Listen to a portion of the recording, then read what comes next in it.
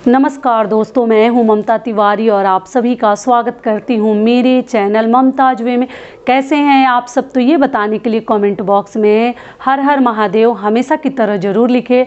तो चलिए दोस्तों, आज हम इस वीडियो में जानेंगे सफला एकादशी, पौष महीने के कृष्ण पक्ष की सफला एकादशी कब है, क्या नियम विधि है, और महाशिवरात्रि, मासिक शिवरात्रि का जो व्रत करते हैं तो ये कृष्ण पक्ष की मासिक शिवरात्रि पौष महीने की कब है, प्रदोष व्रत कब है, हर चीज़ मैं आपके साथ शेयर करूंगी। क्या नियम विधि है, कुंवारी लड़कियों को शिवरात्रि के दिन क्या क्या करनी चाहिए, साथ में पूजा विधि कैसे हमें क्या क्या करनी है शिवरात्रि के दिन और प्रदोष के दिन, सब कुछ मैं आपके साथ शेयर करूंगी डिटेल में। तो आप बने रहिए मेरे साथ मेरे चैनल पर। अगर आपको मेरा वीडियो पसंद आता है तो प्लीज़ आप मेरे चैनल को सब्सक्राइब कर दीजिएगा, बेल आइकन को प्रेस कर दीजिएगा, जिससे कि मेरे वीडियो के नए नोटिफिकेशन आप सभी के पास सबसे पहले पहुंचे। तो चलिए शुरू करते और जान लेते हैं सभी महत्वपूर्ण बातें। तो सबसे पहले एकादशी व्रत की बात कर लेते हैं। कई ऐसी मेरी बहनों का कमेंट्स आया, दीदी एकादशी व्रत कब है और उसके लिए वीडियो बनाइए। तो देखिए, एकादशी, सभी एकादशी व्रत के जो नियम विधि है ना, ठीक एक जैसे ही हैं। ऐसा नहीं है कि किसी का कुछ है किसी का कुछ है, ऐसा नहीं है। सारे एकादशी और द्वादशी व्रत के जो नियम विधि है एक जैसे ही है। डेट केवल मतलब अलग हो जाता है हर महीने का, और जो है नाम अलग हो जाता है, लेकिन सबका मिलता जुलता नियम सेम ही है। तो इस एकादशी को हम क्या बोलते हैं, सफला एकादशी। सफला एकादशी कृष्ण पक्ष की एकादशी है, पौष महीने की कृष्ण पक्ष की। ठीक है, तो अगर पूरा डिटेल बताऊंगी तो फिर आप लोगों को ये वीडियो जो है बहुत अधिक बड़ा हो जाएगा, और आप लोग मेरे चैनल पे बहुत सारे कई एकादशी के मैं नियम विधि बता चुकी हूँ कि कैसे एकादशी व्रत के नियम विधि क्या है, कौन कौन सी बातों का ध्यान रखनी चाहिए। तो आप जब सर्च कीजिएगा, चेकआउट कीजिएगा, आपको सारी बातें समझ में आ जाएगी। चावल नहीं खाते हैं, दिन में सोते नहीं हैं, एकादशी के दिन फल फलाहार पे रहते हैं। जिनको मतलब डायबिटीज़ की प्रॉब्लम है वो मतलब नमक वाली भी चीज़ें खा सकते हैं, सेंधा नमक वाली चीज़ें। इसी प्रकार के सारे नियम उसमें किया जाता है। तुलसी पत्र बांधकर सोएं अगर नींद आती है तो आंचल में, ये भी हो गया। और सफला एकादशी, चलिए आगे जान लेते हैं कि पड़ा कब है। तो सफला एकादशी 19 दिसंबर को पड़ा है। दिन क्या है, सोमवार। सोमवार के दिन ही हमें व्रत रखनी है। ठीक है, एकादशी व्रत जो ही हर महीने का मासिक एकादशी का व्रत करते हैं या दो करते हैं, तो वो 19 तारीख को व्रत रखेंगे। और एकादशी और द्वादशी के सारे नियम विधि अगर डिटेल में जाने तो मेरे चैनल पे कई ऐसे एकादशी हैं, आप लोग चेकआउट कर सकते हैं, वीडियोज हैं। ठीक है, एकादशी के ऊपर। द्वादशी के दिन आपको मालूम ही है, लहसुन प्याज नहीं खाना है और घी से बनी हुई सब्जियां खानी है, दाल वगैरह का तड़का लगाना है, रोटी खानी है। दोनों दिन में चावल नहीं खाते हैं, और द्वादशी के दिन एक समय ही भोजन करते हैं। सारी बातें क्लियर हो गई। तो सफला एकादशी का जो व्रत रखते हैं वो इन बातों का ध्यान रखेंगे। अगली चीज़ क्या है, चलिए अब जान लेते हैं कि मासिक शिवरात्रि कब पड़ रहा है और प्रदोष व्रत। तो देखिए, बहुत अधिक शुभ संजोग, सोना में सुहागा जिसको कहते हैं ना, उत्तम, दोनों तो शिव जी को प्रिय ही है दोनों व्रत। और अधिकतर मासिक शिवरात्रि व्रत पति की लंबी आयु के लिए रखा जाता है। सबसे पहले बता दूं, ऐसे अपनी श्रद्धा के अनुसार आप रख सकते हैं, लेकिन पति से संबंधित किसी प्रकार की अगर परेशानियां है ना, तो शिव जी का ही व्रत किया जाता है। आप किसी को भी अपना जैसे कुंडली दिखाते हैं ना, उनसे पूछताछ करते हैं, तो आपको सभी ब्राह्मण जो है या जो ही पुरोहित हैं आपको यही राय देंगे कि आप जो है शिवरात्रि का व्रत कर सकती हैं, या सोमवार का व्रत कर सकती हैं, या प्रदोष व्रत कर सकती हैं। सभी तो शिव जी का ही व्रत है, तो आपको मालूम ही है। तो बड़ा ही शुभ संजोग है इस बार, जो मासिक शिवरात्रि करते हैं वो भी, जो प्रदोष व्रत करते हैं उनके लिए भी, दोनों व्रत मतलब शिव जी का डबल, मतलब हम क्या बोलते हैं, 2 गुना लाभ हमें व्रत का और पूजा का मिलने वाला है।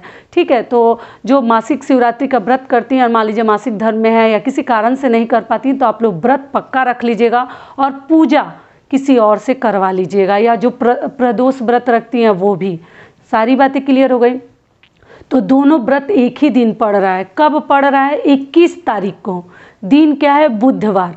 बुधवार के दिन बहुत अधिक उत्तम संयोग मिल रहा है, और ये बड़े भाग्य से ऐसे सब संयोग बनते हैं। शिव जी को अगर प्रसन्न करना है तो ये मासिक शिवरात्रि व्रत जो चाहे वही रख सकता है, या प्रदोष व्रत, दोनों 21 तारीख को ही पड़ा है, दिन है बुधवार।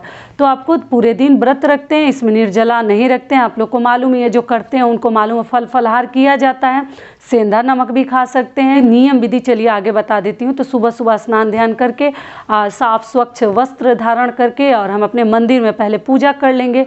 पूजा करने के बाद आप चाहें तो आपके आसपास कोई भी शिव मंदिर है तो आप थोड़ा बहुत मतलब व्रत में अगर मंदिर में जाएं तो ज़्यादा बेहतर होता है। ऐसे तो घरों में भी आप लोग कर सकते हैं, तो पूजा पाठ आप लोग कर लीजिएगा।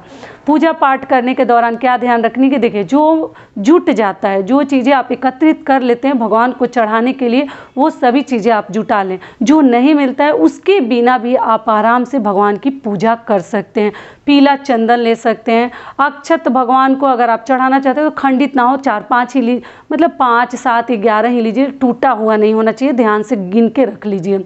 चंदन हो गया, सफ़ेद अगर पुष्प आपको मिलता है, फूल मिलता है, भगवान की पूजा में यही सब चढ़ता है। जल चढ़ता है, दूध से आप अभिषेक कर सकते हैं या आप जल से कर सकते हैं, टोटल आपकी मर्जी है, ठीक है।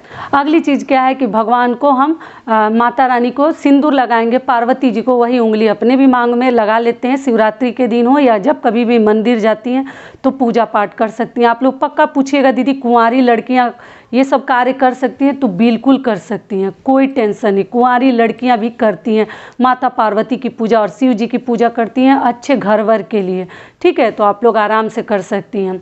अगली चीज़ क्या है कि जब मंदिर से आइए तो अपने हाथ में ना फूल वगैरह कुछ जो भगवान पे माता पार्वती पे अगर चढ़ा रहता है तो शिवरात्रि के दिन इतना शुभ संजोग बन रहा है, 2-2 व्रत एक ही दिन मिल रहा है, तो सोच लीजिए कितना उत्तम है। तो अपने लिए कुछ हाथ में दबा कर लेकर आ जानी चाहिए, घर में कहीं भी स्थिर रख दीजिए, सुखा कर भी कहीं, क्योंकि जब कोई कहीं यात्रा पर जाता है ना, शुभ यात्रा पर, तो वो सभी चीज़ें बड़े ही कारगर होते हैं और बहुत काम में आते हैं, अधिकतर हमारे कार्य जो है बन जाते हैं।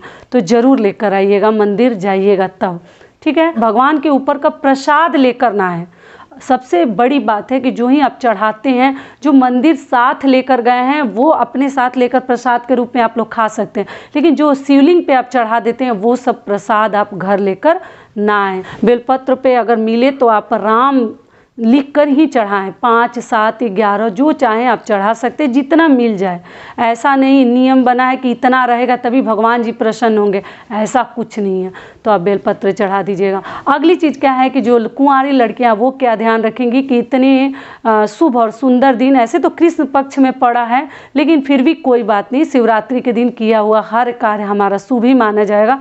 तो आप क्या कीजिएगा, अगर आप गठबंधन शादी के लिए नहीं की हैं तो इतने बड़े संयोग पे आपको जरूर गठबंधन करनी चाहिए। रक्षा सूत्र, कलावा, धोती, साड़ी, कोई भी चीज़ से कर लीजिएगा। ध्यान रखिएगा कुछ ऐसे समय पर जाइएगा जब मंदिरों में भीड़ ना हो, ठीक है। आप लोग पक्का गठबंधन कर दीजिएगा। और पति के लिए चंदन वगैरह, सिंदूर जो भगवान को हम लगाते हैं ना, थोड़ा सा किसी बेलपत्र पे या फूल के पंखुड़ी पर लेकर आते हैं बच्चों को, पति को तिलक करने के लिए मंदिर से पक्का लाकर लगाइएगा। और जो साथ में बचे हुए प्रसाद है वो भी लाकर आप लोग वितरण कर सकते हैं। तो इस प्रकार से मंदिर जाकर पूजा पाठ करके आ जाइए। घर में तो करनी ही है, उसके बाद आकर आप लोग कोशिश करें कि फल फलहार करें। क्योंकि देखिए कई लोग हैं ना कि जैसे आप चाहें कि जल ग्रहण करके और फिर हम भगवान की पूजा करें तो ठीक नहीं होता है। इसलिए ठीक तो नहीं बोलूँगी, अपनी अपनी शरीर की क्षमता है, देख लीजिएगा, लेकिन कोशिश करें कि बिना जल ग्रहण किए हुए ही आप शिव जी की पूजा पहले करके आ जाइए, शिव जी का अभिषेक करके आ जाइए। उसके बाद आप जो है घर में जल हो, चाय हो, शरबत हो, फल फ्रूट हो, जो चाहें आप लोग खा पी सकते हैं। लेकिन कोशिश करें कि बिना जल ग्रहण किए ही भगवान को पूज के आप लोग आइए। सारी बातें समझ में आ गई, प्रदोष के नियम विधि और शिवरात्रि के।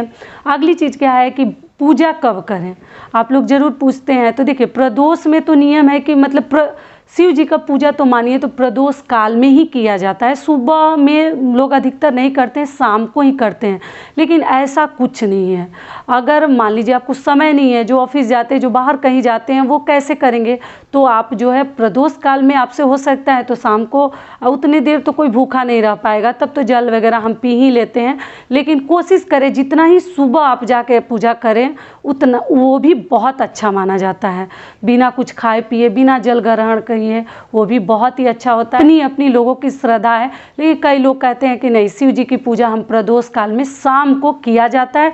अपनी अपनी मान्यताएं हैं, तो आप चाहे तो शाम को भी कर सकते हैं, जैसा आप करते हैं ठीक उसी प्रकार से आप लोग कीजिएगा। सुबह भी कर सकते हैं, शाम को भी कर सकते हैं, ऐसा कुछ नियम नहीं है कि मतलब सुबह में नहीं कर सकते हैं। सारी बातें क्लियर हो गई।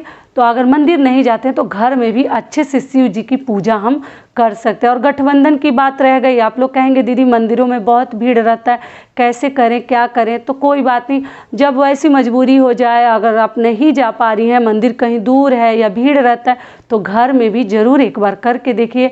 कौन जानता है भगवान कब सुन ले, ये कोई नहीं जानता। अपने तरफ से कोशिश करनी चाहिए। और गठबंधन एक बार ही किया जाता है, कई बार नहीं किया जाता है। 5 बार या 2 बार या 7 बार आप लपेट सकती हैं। माता पार्वती और शिव जी की प्रतिमा को गोल गोल से घुमाकर लपेट के एक जगह कर दीजिए। समझ में आ गया? तो सारी बातें समझ में आ गई। 21 तारीख को हमें व्रत रखनी है। और एकादशी का व्रत कब रखनी है? 19 दिसंबर को। और 21 दिसंबर को शिवरात्रि और प्रदोष व्रत रखनी है। सारी बातें क्लियर हो गई। तो आशा करती हूँ, उम्मीद करती हूँ कि इस वीडियो से मेरी बहनों को, मेरी माताओं को बहुत अधिक लाभ मिलेगा। फिर मिलती हूँ एक नए वीडियो में। तब तक के लिए नमस्कार। स्वस्थ रहिए, सुरक्षित रहिए और जहाँ कहीं भी रहिए खूब खुश रहिए।